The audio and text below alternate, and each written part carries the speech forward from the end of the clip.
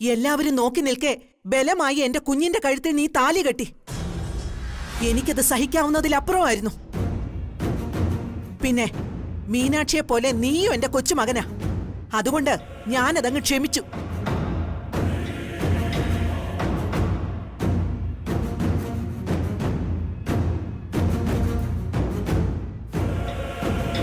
പക്ഷേ ചെമ്പകമംഗലത്തിലെ കുടുംബാംഗങ്ങളും ബന്ധുക്കളും അതിഥികളും നോക്കി നിൽക്കെ ഈ കുരുന്നു പെണ്ണിന്റെ നേരെ പോലീസ് മുറയിൽ നീ നടത്തിയ അക്രമവും അതുവഴി അവൾക്കേറ്റ അപമാനവും സഹിക്കാവുന്നതിലപ്പുറത്താ.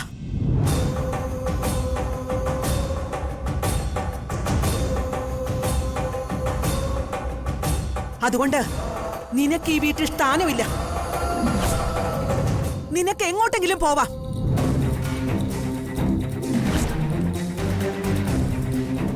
അമ്മേ, രാജലക്ഷ്മി അമ്മേ,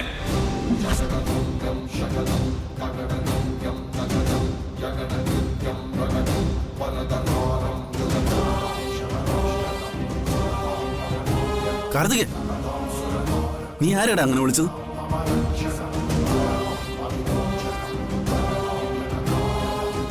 ചെമ്പകമംഗലത്തെ രാജലക്ഷ്മി അമ്മേ. എന്താ മനസ്സിലായില്ലേ? മാപ്പ് പറ അമ്മയോട്. മാപ്പല്ല ഞാൻ പറയാൻ പോകുന്നത്. ഇവിടെ നിന്നാല് ഞാൻ പറയുന്നത് എല്ലാം കേൾക്കാം. അല്ലെങ്കിൽ അച്ഛന് പുറത്തേക്ക് പോവാം. ഇവന്റെ ധിക്കാരം അതിര് കഴിഞ്ഞു. ജീവിതത്തിൽ ഒരു വീഴ്ച പറ്റിയെന്ന് പറഞ്ഞ് മനുഷ്യൻ ഇങ്ങനെയൊക്കെ ആവുമോ?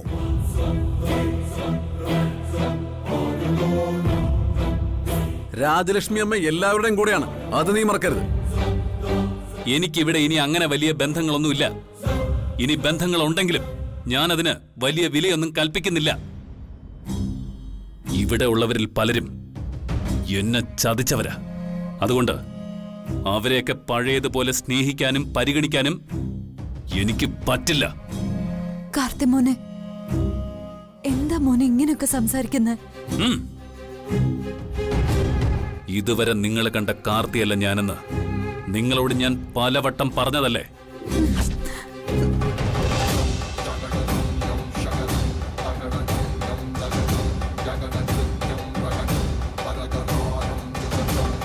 എനിക്കിനി പറയാനുള്ളത് ചെമ്പകമംഗലത്തെ രാജലക്ഷ്മി അമ്മയോട്. നിനക്ക് എന്താ ഇത്രയേറെ പറയാനുള്ളത്? എന്നോട് ഇവിടുന്ന് ഇറങ്ങിപ്പോവാനായിട്ട് പറഞ്ഞില്ലേ?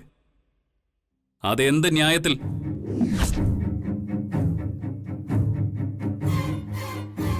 എന്തു വച്ചാ എനിക്കൊന്നും മനസ്സിലാവുന്നില്ലല്ലോ. ഞാൻ മനസ്സിലാക്കി തരാം, അത് മതിയോ? നീ ശബ്ദിക്കരുത്. അവളുടെ ഒരു ധാർഷ്ട്യം. പണ്ട് നിന്റെ അമ്മയ്ക്കൊരു അബദ്ധം പറ്റിയിട്ടുണ്ട്. അബദ്ധമല്ല, എന്നെ ദൈവം രക്ഷിച്ചതാ. ഈ അപമാനത്തിൽ നിന്ന് രക്ഷ നേടാൻ അന്നേ ദൈവം ഒരുക്കിയ ഒരു മാർഗം.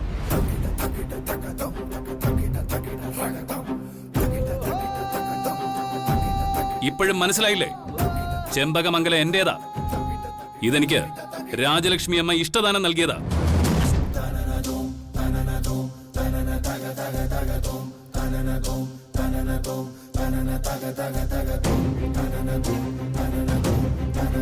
എന്താ അമ്മേ ഞാനീ കേൾക്കുന്നത്? ഒരർത്ഥത്തിൽ നിന്റെ അമ്മയ്ക്ക് ഒരു അബദ്ധം പറ്റിയതാണ്. പണ്ട് ജയരാമൻ മാധുരിയുമായി ഇവിടുന്ന് സ്ഥലം വിട്ടപ്പോ രാജലക്ഷ്മി ചെയ്തൊരു വാശി. നിനക്ക് ബിസിനസ് സ്ഥാപനങ്ങളും കാക്കനട്ടെ നമ്മുടെ വസ്തുവകകളും വെച്ചുകൊണ്ട് ചെമ്പകമംഗലം കാർത്തിക്കിന് ഇഷ്ടദാനം നൽകി.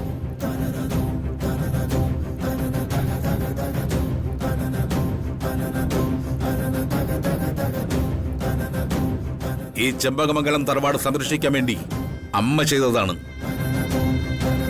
പക്ഷെ അതിപ്പോ ഭസ്മാസുരന് പരമശിവന് വരം കൊടുത്ത പോലായി. ചെയ്തതൊരു അബദ്ധമാണെന്ന് ഇപ്പോഴും എനിക്ക് തോന്നുന്നില്ല. അതിന്റെ പേരിൽ വരുന്ന ഭവിഷ്യത്തുകൾ എന്ത് സഹിക്കാൻ ഞാൻ തയ്യാറാ. എന്നോട് ഇവിടുന്ന് ഇറങ്ങിപ്പോവാൻ നിങ്ങൾ ആജ്ഞാപിച്ചല്ലോ. അതിന് പകരമായി നിങ്ങളെല്ലാവരും ഇവിടെ നിന്ന് ഇറങ്ങിക്കോ.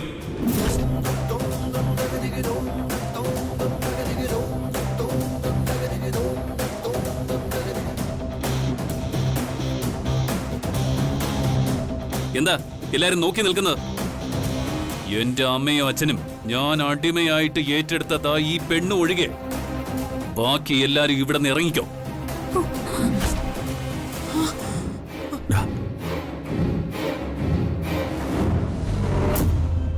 ജഗദീഷേട്ടാ, എടാ മര്യാദക്ക് സംസാരിച്ചോണം.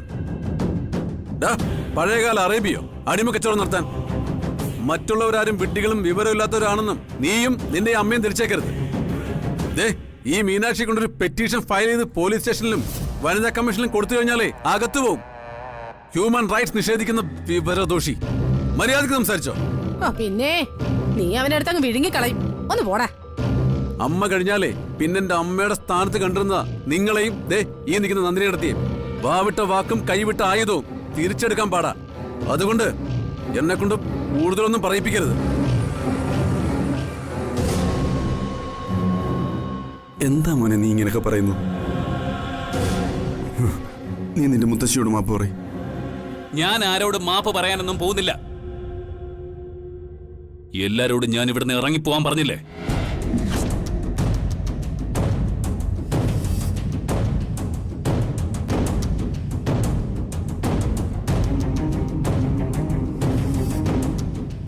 നീ അങ്ങനെ ആജ്ഞാപിക്കല്ലേ.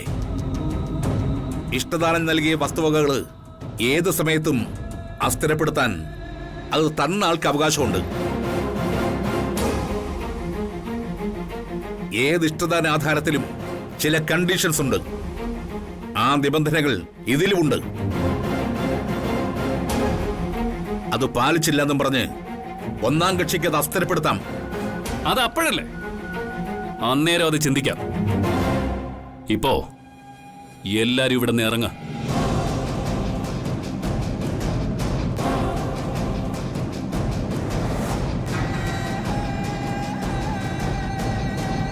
മോനെ, വേണ്ട, ദേവമ്മ കരയണ്ട. ഇനി മുതൽ എന്നിൽ നിന്ന് ഇതൊക്കെ പ്രതീക്ഷിച്ചാ മതി. എന്നാലും നീ നിന്റെ മുത്തശ്ശനോടും മുത്തശ്ശിയോടും ഒക്കെ ഇങ്ങനെയൊക്കെ പറഞ്ഞല്ലോ മോനെ. അവന്റെ ഭാര്യയായിരുന്നവള് കാണിച്ച മര്യാദകേടിന് അവൻ പ്രതികാരം വീട്ടുന്നത് എല്ലാവരോടും കൂടിയാ. കാറടച്ച് വെടിവെക്കാന്ന് കേട്ടിട്ടില്ലേ? എന്താ കൈമളേട്ട് ആലോചിച്ച് നിൽക്കുന്നത്? വിരൽത്തുമ്പിൽ കൈപിടിച്ച് മുറ്റത്ത് പിച്ച വെപ്പിച്ച് നടക്കാൻ പഠിപ്പിച്ച കൊച്ചുമകന്റെ കൽപ്പനയാ ഇറങ്ങിക്കോളാൻ.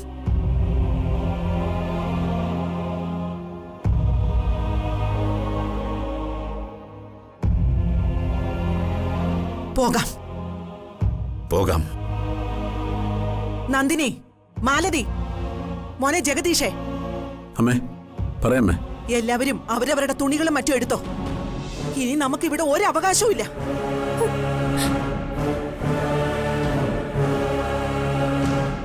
വേഗം പോവാം, എങ്ങോട്ടെങ്കിലും. അമ്മേ, എന്താ അമ്മ ഇത്? എന്താ നിനക്ക് ഇവിടുന്ന് ഇറങ്ങിപ്പോവാൻ മടിയുണ്ടോ? ഇവൻ ചവിട്ടി പുറത്താക്കും. അതിനു മുമ്പ് ഇറങ്ങിക്കോ. അവനിപ്പോ സാവിത്രിയുടെ മകനാ നന്ദിനി. നീ ഓമനിച്ച് താരാട്ടുപാടി ഉറക്കിയതും നീ നൽകിയ വാത്സല്യമൊക്കെ അവൻ മറന്നു. വീശുന്നത് കരികാലക്കാറ്റാണ്. ഇതും ഇതിലപ്പുറവും സംഭവിച്ചില്ലെങ്കിലേ അത്ഭുതമുള്ളൂ.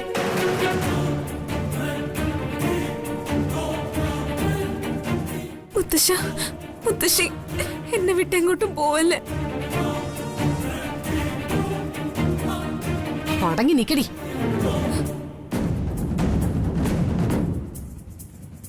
അവളുടെ ഒരു പൂങ്കണ്ണീര് നിനക്കുള്ളതേ ഞാൻ വേറെ വെച്ചിട്ടുണ്ട്. ആദ്യം ഞാൻ പ്രസവ ശുശ്രൂഷയ്ക്ക് നൽകുന്ന കഷായം പോലെ ഇടയ്ക്കിടയ്ക്ക് തന്നോളാം. ഓരോ മണിക്കൂർ ഇടവിട്ട് ഓരോ ഗുളികകളും തരാം.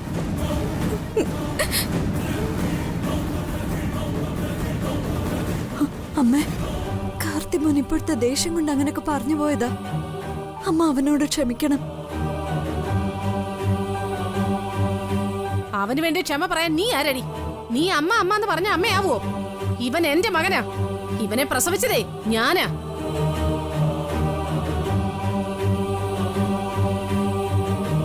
ജഗദീഷേ, എന്റെ നന്ദിനി അടുത്തി ഏട്ടത്തിയുടെ സന്മനസ്സിനും സ്നേഹവാത്സല്യങ്ങൾക്കും ഒന്നും ഇവൻ പുല്ലു വില കൽപ്പിച്ചിട്ടില്ല.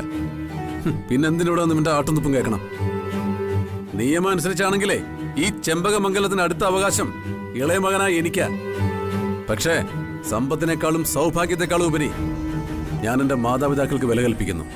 അവരെനിക്കല്ല, അവര് പറയുന്നതേ ഞാൻ കേൾക്കൂ. ഞാൻ അധ്വാനിച്ച് ജീവിക്കുന്നവനാ. മറ്റുള്ളവരുടെ സമ്പാദ്യം ആഗ്രഹിക്കുന്ന ഇത്തിൽ കണ്ണികൾക്കിരിക്കട്ടെ ചെമ്പകമംഗലം. പരപീടി അടിക്കാൻ നടക്കുന്ന കീടങ്ങൾ. ചെല്ലു മാലതി, ചെന്ന് സാധനങ്ങളൊക്കെ എടുക്ക് പോ.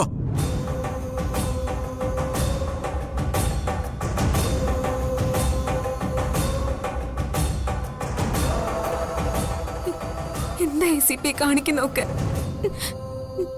ഞാനോ ഈ നിൽക്കുന്ന മറ്റാരെങ്കിലോ നിങ്ങളുടെ ഭാര്യയുടെ ഒളിച്ചോട്ടത്തിന് സഹായിച്ചിട്ടില്ല.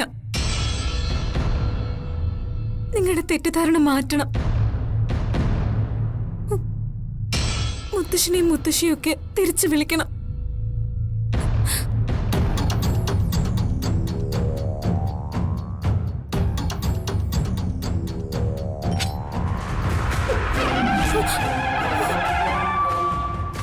അയ്യോ അമ്മേ,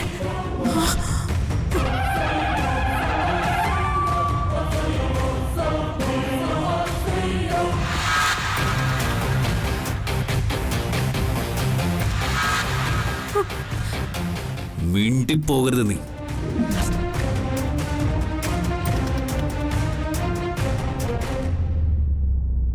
ഇനി ഇവിടെ നടക്കാൻ പോകുന്നത് എന്റെ നിയമമാണ്.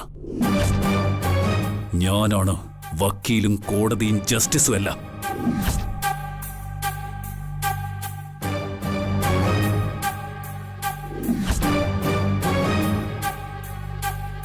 ഇവിടെ എന്നെ ചോദ്യം ചെയ്യാനോ തിരുത്താനോ ആര് ശ്രമിച്ചാലും ശരി, അവർ ഈ വീടിന് പുറത്താ.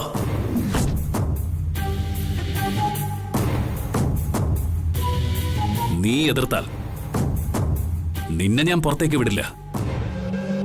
നിന്നെ ഇവിടെ ഇട്ട് പച്ചയ്ക്ക് കത്തിച്ചു കളയും. മനസ്സിലായോടി?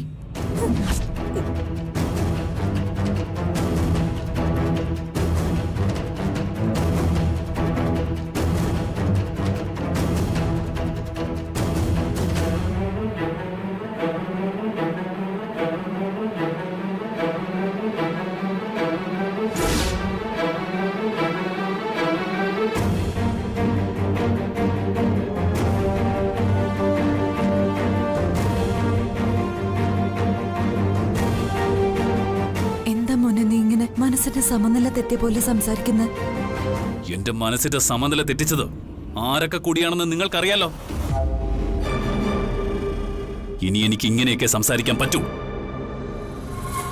ഞാൻ മനസ്സുകൊണ്ട് മറ്റൊരാളായി മാറിയിരിക്കുക. മോനെ, അമ്മയും അച്ഛനും ഒന്നും ഈ വീട് വിട്ടു പോകാൻ പാടില്ല. അവരോട് മോൻ കാണിക്കുന്നൊന്നും ഒട്ടും ശരിയല്ല. എന്നെ തിരുത്താൻ ആരും നോക്കണ്ട. ഞാൻ നടപ്പാക്കുന്നത് എന്റെ ശരികളാ. എല്ലാരെയും ഞാൻ സ്നേഹിച്ചതും പരിഗണിച്ചതുവാ എന്റെ തെറ്റ്. അവർക്ക് വേണ്ടി വാദിച്ചതും നിലകൊണ്ടതുവാ എനിക്ക് പറ്റിയ അബദ്ധം. ഇനി അത്തരം വിഡ്ഢിത്തരങ്ങൾക്കൊന്നും ഈ കാർത്തികിനെ കിട്ടില്ല. ACP, ഒരിക്കൽ കൂടി ഞാൻ ACPയോട് പറയുന്നു, എന്നെ തെറ്റിദ്ധരിക്കരുത്. നിന്നെക്കുറിച്ചുള്ള ശരിയായ ധാരണ എനിക്ക് കിട്ടാൻ അല്പം വൈകിപ്പോയി. അതിനുള്ള ശിക്ഷയാ ഞാനിപ്പോ അനുഭവിച്ചുകൊണ്ടിരിക്കുന്നത്. ACP, ഞാൻ നിരപരാധിയാ. ഞാൻ ACPയെ ചതിച്ചിട്ടില്ല. ആ മൈഥിലി ചേച്ചിയെ ഞാൻ ഒരു തരത്തിലും സഹായിച്ചിട്ടില്ല. ഇനിയും നീ എന്നോട് കള്ളം പറയരുത്. അങ്ങനെ പറഞ്ഞാൽ വാക്കുകൾ കൊണ്ട് മാത്രമല്ല, കൈകൾ കൊണ്ട് പെരുമാറാനും എനിക്കറിയാം. അത്തരം പ്രവൃത്തികളൊന്നും നീ എന്നെ കൊണ്ട് ചെയ്യിപ്പിക്കരുത്. നിങ്ങൾ എന്നെ തല്ലോ കൊല്ലോ ചെയ്തോ, പക്ഷെ ഞാൻ നിങ്ങളുടെ ഭാര്യയായിരുന്നവളെ നിങ്ങളിൽ നിന്നും അകറ്റാൻ സഹായിച്ചിട്ടില്ല. മൈഥിലി ചേച്ചിയും വൈശാഖും തമ്മിലുള്ള പെരുമാറ്റത്തിൽ 1-2 പ്രാവശ്യം എനിക്ക് സംശയം തോന്നിയിരുന്നു. അപ്പോഴൊക്കെ ആ വിവരം ഞാൻ എന്റെ അമ്മയെ അറിയിച്ചിരുന്നു.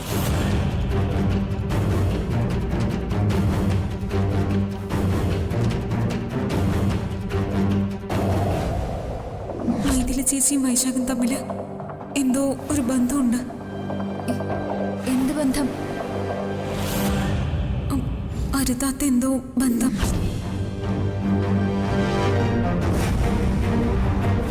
നീ പറയുന്നതിന്റെ ഗൗരവം നിനക്ക് മനസ്സിലാവുന്നുണ്ടോ? ഉണ്ടമ്മേ, ഇതെന്റെ സംശയമല്ല, സത്യമാണെന്ന് ഞാൻ ഉറച്ചു വിശ്വസിക്കുന്നു.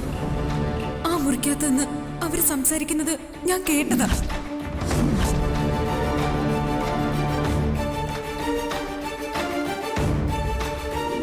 മോളെ, കാർത്തിക എന്റെ മോന.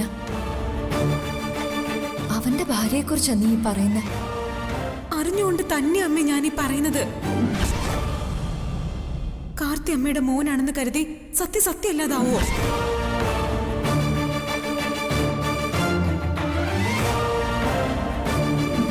നീ അവരെ തെറ്റിദ്ധരിച്ചിരിക്ക. ഒരിക്കലും സത്യം അങ്ങനെ ആവില്ല. അമ്മ വിശ്വസിച്ചേ പറ്റൂ. ഞാൻ പറയുന്നതാ സത്യം. അവൻ ഒരാളോട് പ്രേമമുണ്ടെന്ന് പറഞ്ഞത് എന്നോടാ. ആ പ്രേമം മറ്റാരോടും അല്ല, അത് മൈഥിലി ചേച്ചിയോടാ.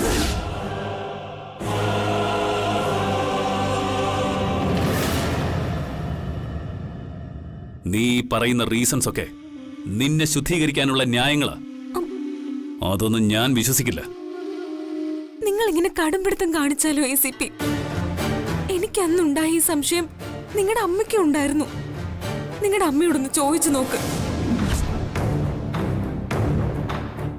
അല്ല, ഇനി ചോദിച്ചാലും എന്നോടുള്ള ശത്രുത കൊണ്ട് അവരത് പറയണമെന്നില്ല. സത്യങ്ങളെല്ലാം പലരിൽ നിന്നായി എനിക്ക് മനസ്സിലായി കഴിഞ്ഞു. അതുകൊണ്ട് എന്നെ വഞ്ചിച്ചവർക്ക് ആർക്കും ഞാൻ മാപ്പ് കൊടുക്കില്ല. തെറ്റ് ചെയ്യാത്തവരെ നിങ്ങൾ ഇങ്ങനെ ശിക്ഷിക്കരുത്.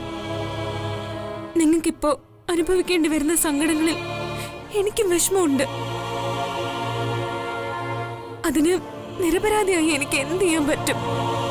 നീ നിരപരാധിയല്ല. എന്റെ മനസ്സൊരു തിളയ്ക്കുന്ന കടലാക്കി മാറ്റിയെടുത്തത് നീ ഒറ്റ ഒരുത്തിയാ. ഞാൻ അനുഭവിക്കുന്ന വേദനകളുടെ പങ്ക് നീയും അനുഭവിച്ചേ പറ്റൂ.